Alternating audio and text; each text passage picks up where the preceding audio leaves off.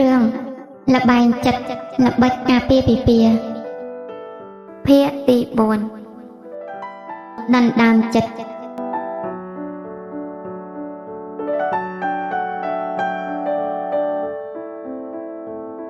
កាញ្ចនាឯណោះកំពុងតែក្តៅក្រហាយដាក់ម្ដាយ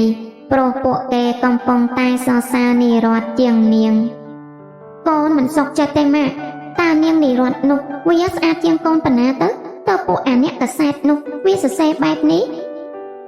អើយទុកចិត្តខ្លះទៅកូនពេលនេះគេកំពុងតែមានជំរើសយើងមិនត្រូវក្តៅពេកនោះទេលោកវីរៈដើរចេញមកទាំងមុខស្មើវាល្អហើយពីរអ្នកម្ដាយកូនជំនុំគ្នាតែពីរឿងដណ្ដើមប្រុសបើគេដឹងខ្ញុំមិនដឹងជាយកមុខទៅទុកនៅឯណាទេអ្នកស្រីម៉ាលីកេះកូនឲ្យនៅស្ងៀមកាញ្ចនាដឹងចិត្តម្ដាយក្របួចមាត់មិនតព្រោះនាងនិងឪពុកមិនសូវត្រូវគ្នាប៉ុន្មានទេ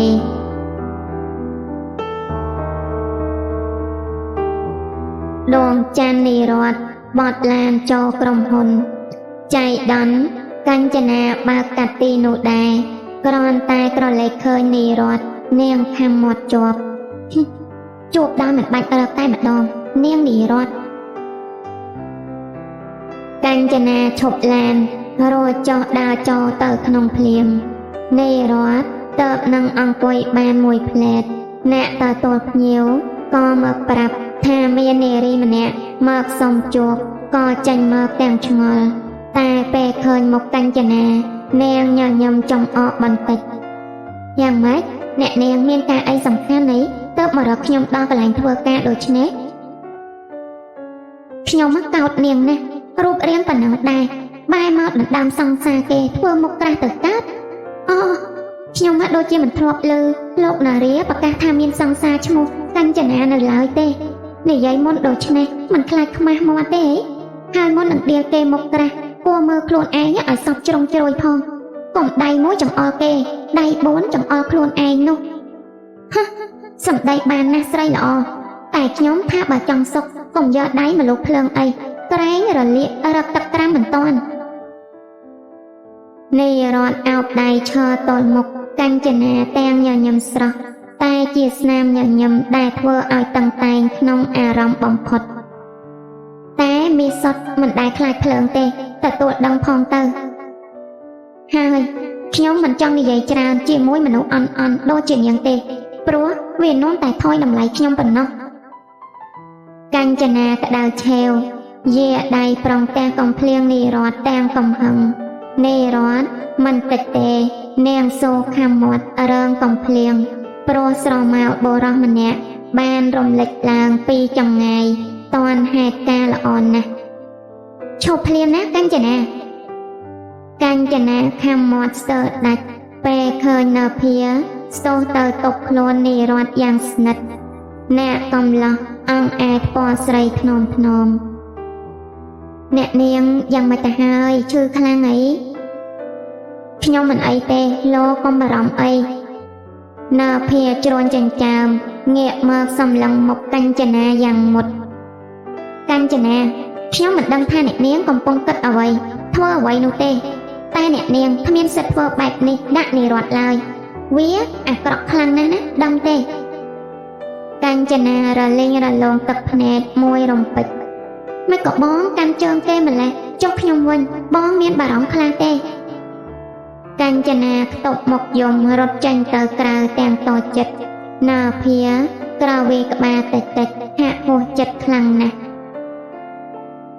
ឲ្យខ្ញុំសូមទោសចំនួនកាញ្ចនាផងចំពោះទង្វើខ្វះការពិចារណារបស់នាងខ្ញុំមិនប្រកាន់ទេលោកកុំបារម្ភអីណារៈសំឡឹងមុខស្រីដោយទន់ភ្លន់យប់មិញមិនក៏អ្នកនាងមិនទទួលទូរស័ព្ទរបស់ខ្ញុំនៅអន់ចិត្តមែនទេចាអត់ទេមកពីខ្ញុំមិនបានដាក់ទូរស័ព្ទតាមខ្លួនមិនមែនអន់ចិត្តនឹងលោកឡើយហើយក៏គ្មានហេតុផលអីដែលខ្ញុំត្រូវគិតបែបនេះដែរបើពួកយើងជាមិត្តភក្តិនឹងគ្នានោះអ្នកកំឡោះត្រង់បន្តិចរួចចាប់ដៃស្រីទាំងមិនដឹងខ្លួន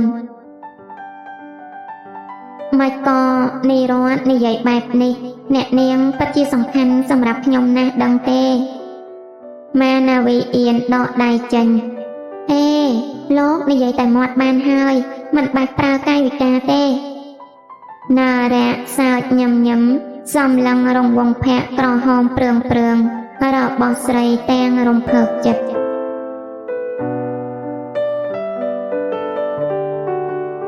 ថ្ងៃអាទិត្យនេះនេរតមិនចេញទៅណាទេស្រីចង់សម្រាកនៅផ្ទះឲ្យធូរស្រាលក្នុងអារម្មណ៍ឯនរលក្ខចេញទៅញ៉ាំអីជាមួយសច្ចាបាត់ហើយកំពុងតែអង្គុយក្រងផ្កាលេងស្រាប់តែលើសូរសំឡេងឡានឈប់មុខផ្ទះម៉ាណាវីដើរទៅបើកទ្វារទាំងឆ្ងល់ចុះលក្ខមិនក៏ប្រញាប់ត្រឡប់មកវិញម្ល៉េះទ្វាររបើកលិចរោគចត្រាទៅវិញស្រស់ធីតាខំមាត់ជាប់លោកមិនចេះស្ដាប់ខ្មែរទេខ្ញុំប្រាប់ថាកុំមកទីនេះទៀតមានលើទេនេរតឲ្យខ្ញុំចូលក្នុងផងបានទេខ្ញុំមានរឿងច្រើនណាស់ចង់និយាយជាមួយអ្នកនាងម៉ាណាវីសំឡក់គេរួចតែងទ្វារបិទក្រាំងតែចត្រារហ័សណាស់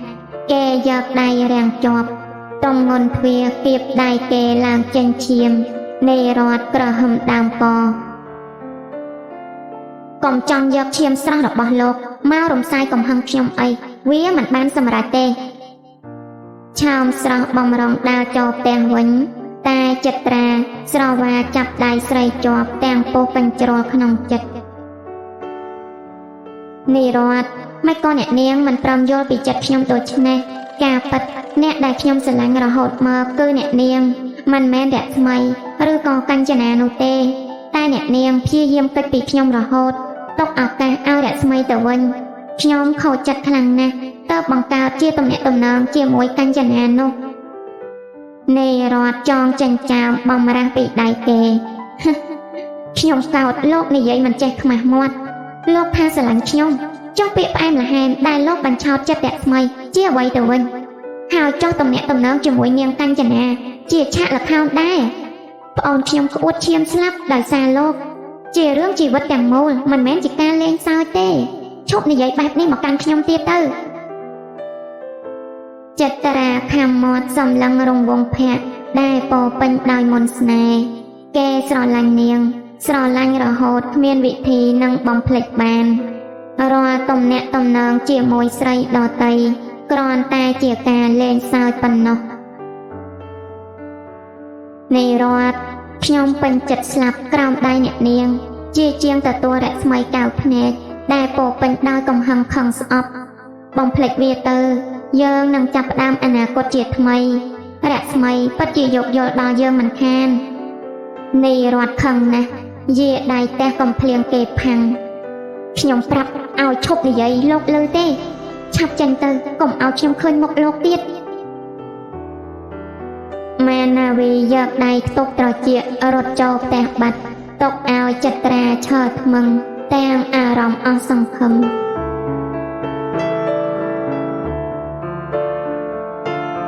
នៅក្នុងភោជនីយដ្ឋានរំដេងដែលជាភោជនីយដ្ឋានរៀបចំរចនាបថបែបខ្មែរនរលក្ខនិងសច្ចាកំពុងបរិភោគអាហារជាមួយគ្នាក្នុងបរិយាកាសយ៉ាងស្និទ្ធស្នាលសច្ចាចាប់ម្ហូបដាក់ឲ្យស្រីដោយទន់ភ្លន់ពាក្យសារភាពស្នេហ៍គេមិនទាន់ហ៊ាននិយាយទេខ្លាចនាងមិនទាន់ឆ្លើយតបបានឲ្យតែចិត្តស្មោះរងចាំបន្តិចទៀតក៏គ្មានបញ្ហាដែរខណៈនោះសច្ចាបងប្រុសដ៏ស្រស់សង្ហានិងហឺហារបស់សច្ចាបានចូលមកដល់ដែរមិនដឹងជាការចៃដន្យឬក៏ចេតនានោះទេគេបោះជំហានដំរងទុកអ្នកទាំងពីរទាំងមុខស្មើថ្ងៃនេះពិតជាប្លែកមែនដែលប្អូនប្រុសបងបណ្ដានារីម្នាក់ចូលហាងយ៉ាងនេះកន្លងមកឃើញតែឯងរវល់នឹងការងារតែមួយមុខប៉ុណ្ណោះនរលក្ខដាក់ស្លាបព្រាចុះខាំបបោមាត់តិចសច្ចាងាកមករកបងប្រុសបងមករញ៉ាំអីនៅទីនេះដែរមែនទេសច្ចាយកដៃអង្អែលចង្កាស្រីតិច យ៉ាងម៉េចវត្តមានរបស់បងធ្វើឲ្យអ្នកទាំងពីរទៅតណាស់មែនទេណារលៈក្រោកឈរយឺតទាំងធុញថប់ខ្ញុំគិតថាសុំលាទៅមុនហើយសុំទោសផង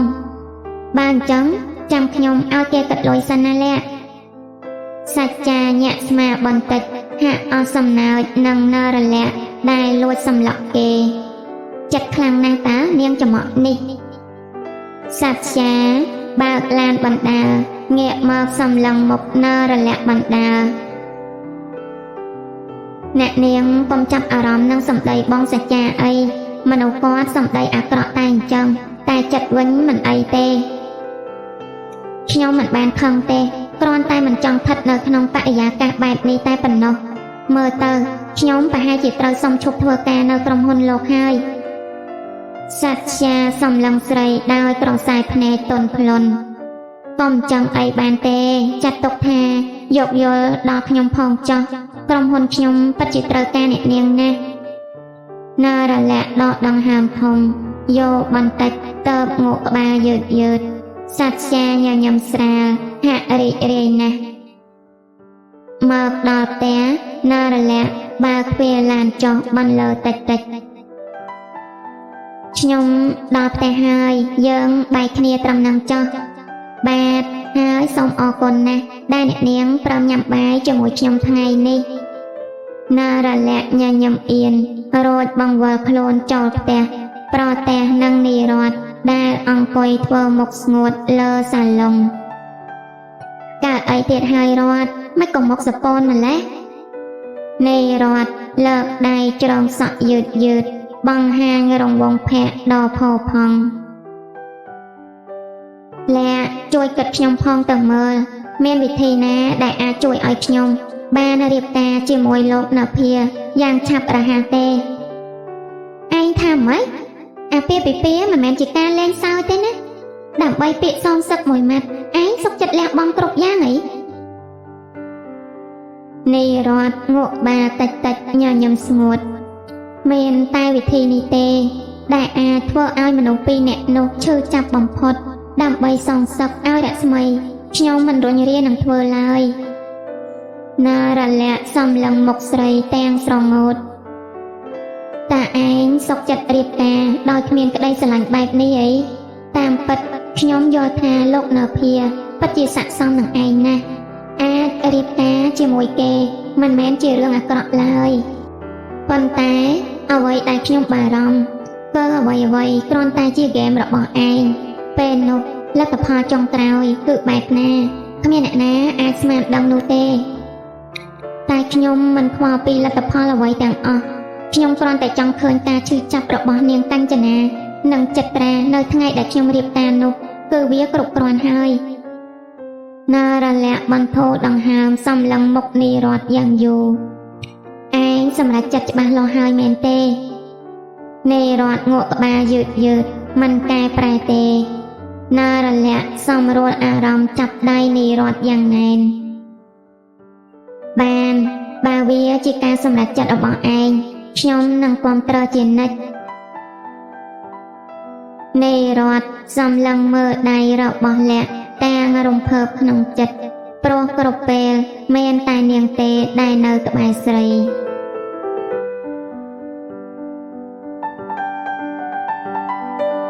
ព្រះសូរិយារះពេញពន្លឺចោររស្មីមកចំរង្វង់មុខស្រស់ឆើតរបស់កញ្ចនាដែលនៅគេងលើពុកមិនតាន់ក្រោកនៅឡើយលោកស្រីម៉ាលីប្រញាប់មកដាស់កូនស្រីសំណប់ចិត្តកញ្ចនាក្រោកឡើងកូននេះថ្ងៃណាកញ្ចនាប្រែខ្លួនទាំងល្វើយភ្នែកបើកមិនរួចទេមានការអីនឹងម៉ាហេតុអីក៏ចាំបាច់ដាស់កូនពីព្រលឹមម្លេះម៉ោងទៅតែ8តាគឺម៉ាក់មកប្រាប់កូនឲ្យបញ្ញាប់រៀបចំខ្លួននឹងណាអ្នកកសែតកែមកដល់ឥឡូវហើយណាកែមកធ្វើអីម៉ាក់គឺម៉ាក់ណាត់ឲ្យមកសម្ភាសកូននឹងណាលោកណាភាជាតារាល្បីយើងត្រូវយកព័ត៌មានទៅចងជើងគេទៅបានយល់បំណងម្ដាយកញ្ចនាញញឹមខ្ជិបរហ័សងើបទៅរៀបចំខ្លួនភ្លាមនៅក្នុងបន្ទប់ទទួលភ្ញៀវដែលរៀបចំយ៉ាងស្អាតបាតក កញ្ចនានិងម្ដាយអង្គុយទល់មុខអ្នកសារព័ត៌មានជាច្រើនរូបទាំងញញឹមស្រស់ស្រាយចិន្តាអ្នកសរសេរព័ត៌មានដ៏ល្បីឈ្មោះបានផ្ដើមសំណួរជំរាបសួរអ្នកនាងនិងលោកស្រីឃើញថាស្រស់ស្អាតទាំងពីរនាក់តែម្ដងហើយខ្ញុំបានទទួលដំណឹងថាអ្នកនាងនិងលោកនៅភាមានទំនាក់ទំនងពិសេសជាមួយគ្នាតើអ្នកនាងអាចជួយបំភ្លឺពីរឿងនេះផងបានទេកញ្ចនាញញឹមយ៉ាងស្រស់ហាក់ពេញចិត្តនឹងសំណួរនេះណាស់ចា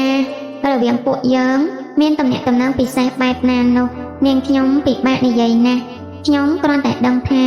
បងនៅភាជាមនុស្សល្អបំផុតសម្រាប់ខ្ញុំគាត់ធ្លាប់បានជួយខ្ញុំពីពួកអ្នកលេងមួយក្រុមទង្វើរបស់គាត់ពិតជាធ្វើឲ្យខ្ញុំរំភើបចិត្តណាស់អូចំជាអនុស្សាវរីយ៍គួរឲ្យចងចាំមែនណោះចុះតើអ្នកទាំងពីរស្និទ្ធស្នាលនឹងគ្នាដល់កម្រិតណាដែរព្រោះលោកនៅភាមិនខ្វះស្រីតាមស្រឡាញ់នោះទេអ្នកនាងអូពួកយើងសុទ្ធតែរវល់រៀងខ្លួនមិនសូវមានពេលជួបគ្នាទេតែខ្ញុំជឿជាក់ថាបងនៅភាជាមនុស្សល្អចុះចំពោះព័ត៌មានដែលនិយាយថាលោកនៅភាមានទំនាក់ទំនងជាមួយនារីរូបស្អាតម្នាក់ទៀតនោះតើអ្នកនាងមានអារម្មណ៍យ៉ាងម៉េចដែរវាជានិស្ស័យរបស់មនុស្សប្រុសទៅហើយម្យ៉ាងបងនៅភាជាតារាល្បីពិតជាសម្បូរអ្នកគាំទ្រនិងចាប់អារម្មណ៍ហើយតែគ្មានបញ្ហាទេព្រោះខ្ញុំទុកចិត្តគាត់បំផុតអូហូពិតជាផ្អែមល្ហែមមែនណោះបើអញ្ចឹងអ្នកទាំងពីរមានគម្រោងរៀបការនៅពេលណាដែរទៅអាចបញ្ជាក់ជូនផងបានទេកញ្ចនាងាកសម្លឹងមុខម្ដាយដូចជាអៀនមិនចង់ឆ្លើយទុកឲ្យលោកស្រីឆ្លើយជំនួសសំទោសចារឿងបែបនេះខាងស្រីគេមិននិយាយមុននោះទេបានន័យថាមិនយូរទេមែនទេពិតជាគួរឲ្យចំណែននឹងអ្នកនាងកញ្ចនាមែនដែលបានបេះដូងតារាឯកមកគ្រប់គ្រងបែបនេះហើយនាងខ្ញុំសូមអរគុណច្រើនណាស់ចំពោះការបកស្រាយរបស់អ្នកនាងនៅពេលនេះព្រោះវាជាចម្ងល់របស់ទស្សនិកជនតែម្ដងបើអញ្ចឹងនាងខ្ញុំសូមបញ្ចប់បទសម្ភាសន៍ត្រឹមនេះចុះសូមជូនពរឲ្យអ្នកទាំងពីរមានដំណឹងល្អឆាប់ណាកញ្ចនាលួចញញឹមក្នុងចិត្តលោកស្រីម៉ាលីក្រសោបដៃកូនទាំងរីករាយព័ត៌មាននេះពិតជាធ្វើឲ្យភ្ញាក់ផ្អើលណាស់ក្នុងពិភពសិល្បៈព្រោះវាជាចំណុចរសើបដែលទស្សនិកជនចង់ដឹងជាយូរមកហើយថាបេះដូងតារាមួយដួងនេះមានម្ចាស់ហើយឬនៅភារិតដ៏ជាធុញថប់ណាស់ព្រោះមិនដឹងជាកញ្ចនាចង់និយាយពីអ្វីនោះទេសម្ដីនាងទោះជាមិនបើកចំហតែបង្កប់ន័យយ៉ាងច្បាស់ទៅហើយស្របពេលជាមួយគ្នានេះដែរនាយរដ្ឋកំពុងអង្គុយអានកាសែតនៅក្នុងការិយាល័យរបស់នាងទាំងទឹកមុខស្ងប់ស្ងាត់និងផ្កល់ពេលនេះលឹកហោនចូលឆាកល្អមើលហើយចោះបើកញ្ចនាតាំងខ្លួនជាតួឯកទៅហើយតើនាងគួរស្ថិតក្នុងតំណែងជាអ្វីទៅម៉ាណាវីក្តាប់កាសែតក្នុងដៃយ៉ាងណែននិយាយតែម្នាក់ឯងទាំងទឹកមុខចំអករឿងមិនទាន់បញ្ចប់ត្រឹមនេះទេកញ្ចនាវាគ្រាន់តែជាការចាប់ផ្ដើមប៉ុណ្ណោះនាងកុំអាលសង្ឃឹមខ្លាំងពេកទុកឲ្យនាយរដ្ឋអង្គុយរកវិធីដោះស្រាយសិនចុះសូមនិយាយពីកញ្ចនាបន្តិចសិនព្រោះតួសំខាន់កំពុងបើកឆាកសម្ដែងហើយល្ងាចនេះកញ្ចនាតុបតែងខ្លួនយ៉ាងស្អាតអាវឈៀងស្មាប៉ាក់ផ្កាកុលាបត្រូវនឹងសំពត់ខ្លីខោចលើជង្គង់បង្ហាញសាច់សក្បោះតាក់ភ្នែកបុរសមិនតិចទេនាងបើកឡានទៅរកនៅភាដល់ផ្ទះព្រោះចង់ដឹងពីប្រតិកម្មរបស់គេចំពោះព័ត៌មាននេះក្រឡេកឃើញកញ្ចនាដើរចូលមកជម្រាបសួរលោកសម្រេចនិងលោកស្រីភ្ញាក់បន្តិចដែរតែក៏ញញឹមតបវិញធម្មតាក្មួយមករកកូននៅភាមែនទេអង្គុយចុះសិនមកក្មួយព្រោះកូននៅភាមិនតាន់ត្រឡប់មកពីធ្វើការទេក កាញ្ចនាញញឹមអំអៀនចាមិនអីទេលោកអ៊ំខ្ញុំអាចរងចាំបន្តិចក៏បានដែរណាភាត្រឡប់មកវិញល្មមពេលឃើញវត្តមានកាញ្ចនាអ្នកកំឡោះប្រែទឹកមុខបន្តិចដែរព្រោះនាងដូចជាបង្ហាញខ្លួនហួសហេតុពេកហើយកាញ្ចនាញញឹមស្រស់ងើបឈរភ្លាមអូបងណាភាមកដល់ហើយតាលោកអ៊ំលោកសមរ័ចងក់ក្បាលទទួលដឹងរួចងាកមករកលោកស្រីតើអូនបងថាយើងនាំគ្នាទៅសម្រាប់ខាងលើវិញទៅទុកឲ្យក្មេងៗគេនិយាយគ្នាចោះកាញ្ចនារីករាយណាស់ដែលឃើញប៉ាម៉ាក់គេយល់ចិត្តនាងដូច្នេះណាភាដោះអាវធំចេញរួចអង្គុយចុះលើសាឡុងទាំងមុខស្មើកាញ្ចនារកខ្ញុំមានការអីដែរកាញ្ចនាសម្លឹងមុខគេហាក់ដូចជាអល់ឯកក្នុងចិត្តណាស់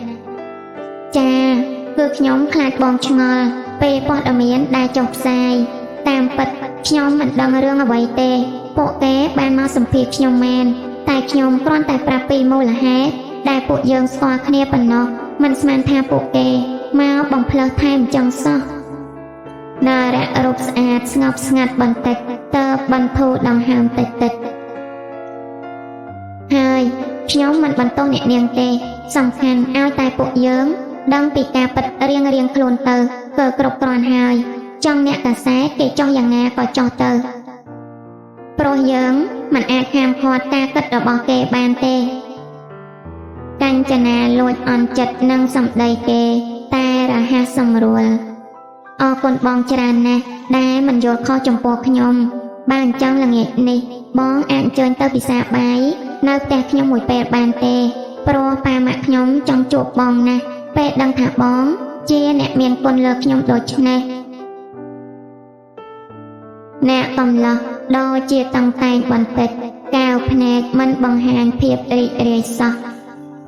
មិនគួររំខានប៉ាម៉ាក់អ្នកនាងសោះកូនបន្តិចបន្តួចបែបនេះអ្នកនាងយកចិត្តទុកដាក់ដល់ម្លឹងខ្ញុំរអៀលខ្លួនទៅវិញទេបើបងមិនទៅបានន័យថាបងមិនរាប់អានគ្រួសារខ្ញុំហើយព្រោះនេះជាទឹកចិត្តរបស់ប៉ាម៉ាក់ខ្ញុំណានៅភាលួចក្រវីក្បាលតែក្នុងចិត្តអ្នកមិនដឹងថាគួរសោកស្ដាយឬទេដែលខ្លាចជាអ្នកមានគុណរបស់នាងបែបនេះ